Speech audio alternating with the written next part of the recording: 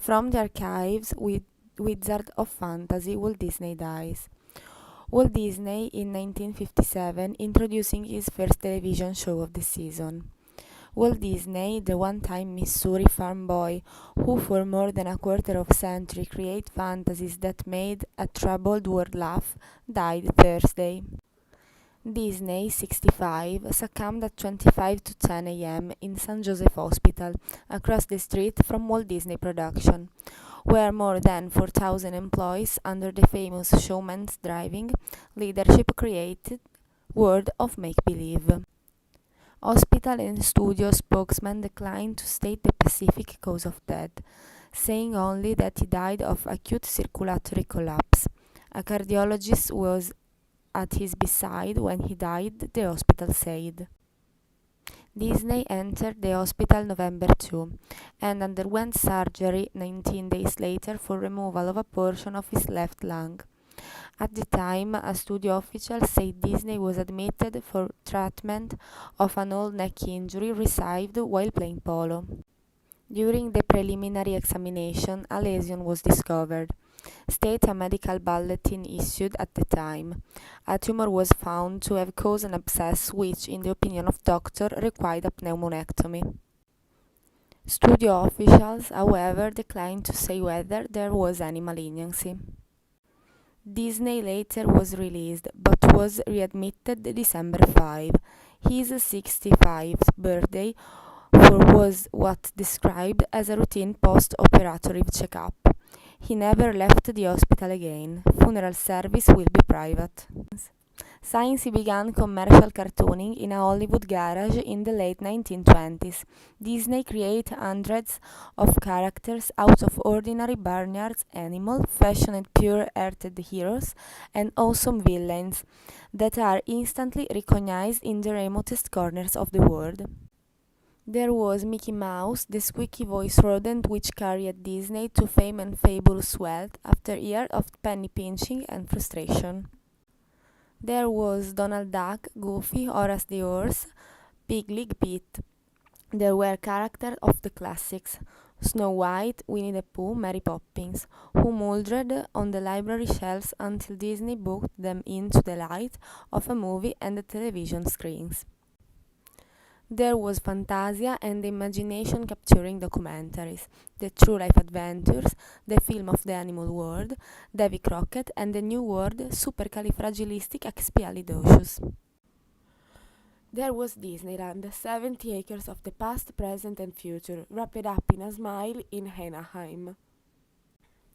In all there were more than 600 films, ranging from full animation to a mix of live and cartoon character to work of flesh and blood actors. The creation of Disney and his artists, musicians, and actors brought an unending stream of honors to the soft-spoken showman who liked to be addressed simply as Walt. He won 31 Academy Awards and more than 900 other citations from presidents, kings, and queens, world statesmen, and neighborhood service clubs.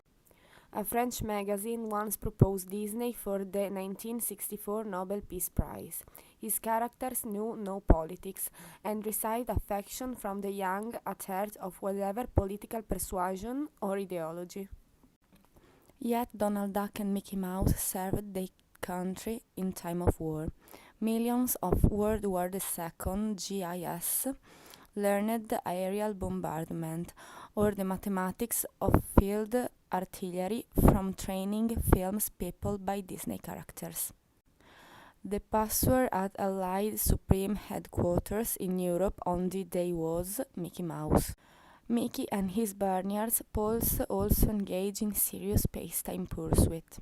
Disney made films for overseas distribution on methods of improving housing, sanitation, disease control, and agricultural improvements. There was more to come. Disney has been engaged in creating a $40 million year-round recreation facility at Mineral King, a spectacular mountain area in the Sierra, 55 miles east of Visalia. And last year his organization launched a 3-year project. Disney World at Orlando, which the governor of Florida called the biggest single undertaking in the state's history. When completed, the $100 million project, the East Coast's answers to Disneyland, will cover 27,000 acres, twice the size of Manhattan Island. Disney and his staff were constantly seeking new ways to amuse, enlighten, and entertain the world. One of his latest projects was electronic, three-dimensional characterizations, such as the Abraham Lincoln at Disneyland. To brainstorm and test new ideas for presentation to Disneyland visitors, Disney created WED Enterprise in Glendale. He called it his fun factory, where a staff of nearly 2,000 experts, architects, engineers, artists, sculptors, and designers, created and perfected new displays and program. The facility gets its name from Disney's initials. We keep moving forward, opening up new doors and doing new things, because we are curious, wrote the showman who was once described as a Walter Mitty who makes all his daydreams come true. Curiosity keeps leading us down new paths. Disney said in a 1965 stockholders report, "We are always exploring and experimenting." At another time, the man who thought like a boy all his life declared, "There's no magic to my formula. I just make what I like. Good human story in which you can get with people and which proved that the better thing of life can be as interesting as the sordid things." In commenting of the life in the road-type motion picture, Disney once said, "I hate to see a downbeat picture, so that when I come out, it makes me feel everything's dirty around me. I know it isn't that way, and I don't want anybody telling me it is." Yet Disney insisted that his films and television shows were not only for the young and unsophisticated. "I never did make films just for the children," he said. Disney's death stunned millions around the world. The flag was lowered to half staff at all countries' facilities by order of the Los Angeles Board of Supervisors. It was also lowered at Disneyland, but the park remained open to accommodate the trunk of visitors seek to enjoy the creation that Disney repeatedly vowed would never be completed. Roy O. Disney, Walt's 73-year-old brother, who is president and chairman of the board of Walt Disney Production, declared, "Walt Disney's preparation for the future is a solid creative foundation. All the plans for the future, what Walt had begun through motion pictures, the expansion of Disneyland, television production, and our Florida and Mineral King project will continue to move ahead. That is the Walt wanted it to be, and the show will go on." NBC TV, which presents Disney's Wonderful World of Color, said the annual Christmas television program will be shown and scheduled Sunday. The program Disneyland Around the Season was filmed several weeks ago, and now will include a special tribute to amusement parks creator. To Walt Disney, life and work were fun, the word he repeatedly used to describe his far-flung activities. Once, when pressed by a reporter about his most rewarding experience, Disney replied, "The whole damn thing, the fact that I was able to build an organization and hold it.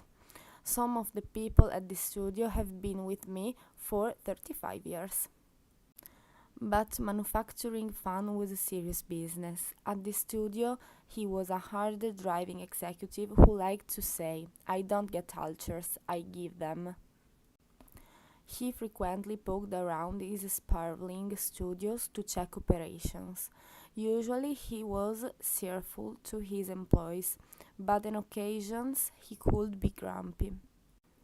A wisecrack among his Burbank workers was a question, 'Who's boss today?' Sometimes it was, 'It's the one with the harp and halo.' Other times it was, "Look out, he's wearing the wounded tiger suit." Disney was not even officially a corporate officer of Walt Disney Production. He left the financial operation of the firm, which last year grossed 116 million, in the hands of his older brother. But Walt was active in every facet of the artistic end of the business. A competitor once tried to hire away Disney's K-Man and asked employees for his identity. He was told there wasn't any K-Man. Disney was proud of his work, even in early days of struggle and hardship. He recalled that a passenger on a cross-country train once asked him his occupation. "I told him I made cartoons, and all he said was, 'Oh, that's all.' Just 'oh,' but his tone was enough. I still think about that guy. Think like that used to get many goat," he said. Walter Elias Disney was born December 5, 1901 in Chicago, where his father Elias, an Irish-Canadian, was employed as a contractor. His mother, the former Flora Cole, was of American-German descent. Later, the Disneys moved to a farm near Marceline, where young Walt developed a love for farm animals. He attended a small country school for a time, then went to the Benton Grammar School in Kansas City. Disney returned to Marceline in 1960 for the dedication of an elementary school in his name. "I'm not modest," he said at the ceremony. "I'm scared. I'm not funny. I hide behind the mouse, the duck, and a lot of other things. I'm still a farm boy, a small town boy." Last June, Disney shipped an amusement ride to the town's Walt Disney Municipal Park. He got his first job at 9, delivering papers. As a boy, he liked to draw, and his work paid for his haircuts. A barber liked them so well that he displayed them in his shop window, giving the boy free haircuts in exchange. As a boy, Walt was stage struck. His idol was Charlie Chaplin, and he frequently impersonated the famed comedian on amateur nights at local vaudeville houses. Later, at McKinley High School in Chicago, he studied art and photography. At night, he studied cartooning at the Academy of Fine Arts. During summer vacation, he hawked newspaper, fruits, and candies on trains between Kansas City and Chicago. "It wasn't a very profitable venture," he once recalled. "I was only 15 and I ate up all my profits." When World War first came, Disney became a postman in Chicago and later tried to enlist, but was turned down because he was too young. He was not quite 17 when he became a Red Cross ambulance driver and served in France for a year. With the war over, Disney decided against returning to school and went to work for a Kansas City advertising company, where his job was to draw sketches of farm equipment and livestock. He later took a $35 a week job as a cartoonist for a Kansas City firm that made slides for projection on the theater screens. In the early 1920s, Disney began experiments in filming animated cartoons. He later sold several one-reelers to theater owners. It was while engaged in these early experiments that Disney first met Mickey Mouse. He recalled that he always liked mice and was amused by their antics in his workshop. He captured some and kept them in cages. One, bolder than the rest, would crawl over his drawing board. Disney called him Mortimer, but later decided that name was too formal and decided on Mickey instead. Joined by several other young cartoonists, Disney later formed his own company and created animated fairy tales, starting with Little Red Riding Hood. But the venture flopped, and Disney moved to Hollywood. He arrived with a 2-year-old suit and sweater, some drawing materials, and $40. Forming a partnership with his brother Roy, Disney began another attempt at cartooning. He created a one-a-month cartoon series, Alice in Cartoonland, which combined child performers with cartoon characters. Then came Oswald the Rabbit. Disney at last seemed on the road to success, but when he attempted to expand his operation, he fell into a disagreement with a New York distributor and lost the Oswald series. On the way back to California from New York with his wife, the former Lillian Bones, one of his cartoonists, Disney hit upon the idea of fusing his old friend Mickey Mouse as a cartoon character. Mickey was featured in a series of cartoon sketches called Steamboat Willie. The first one was shown in 1928. After setbacks mainly due to the introduction of sound in the film industry, Disney was at last on his way. Next came Silly Symphonies and the experiment with color cartooning, then Donald Duck, who challenged Mickey's popularity. During World War II, virtually the entire production of the Disney studios consisted of training films and other war work. Disney's first post-war feature was a musical, Make Mine Music, which utilized the voice and the instruments of some of Hollywood's top entertainers. The film was the first of its kind. Then came other notable Disney films. 20,000 Leagues Under the Sea, Sleeping Beauty, and a series of family types films without cartoon characters. In addition to his wife and brother, Disney leaves two daughters, Mrs. Ron Miller and Mrs. Robert Brown, another brother, Raymond A. Disney, and a sister, Mrs. Ruth Beaker.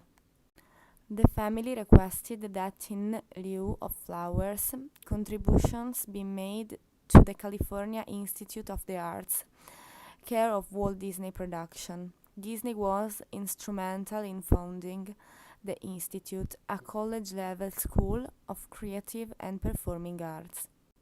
Disney looked upon the Institute, now being built on the Disney Ranch in the San Fernando Valley, as his single most important contribution to posterity. That's the principal thing that I hope to leave when I move on to greener pastures, he said. If I can provide a place to develop talent of the future, I think I will have accomplished something.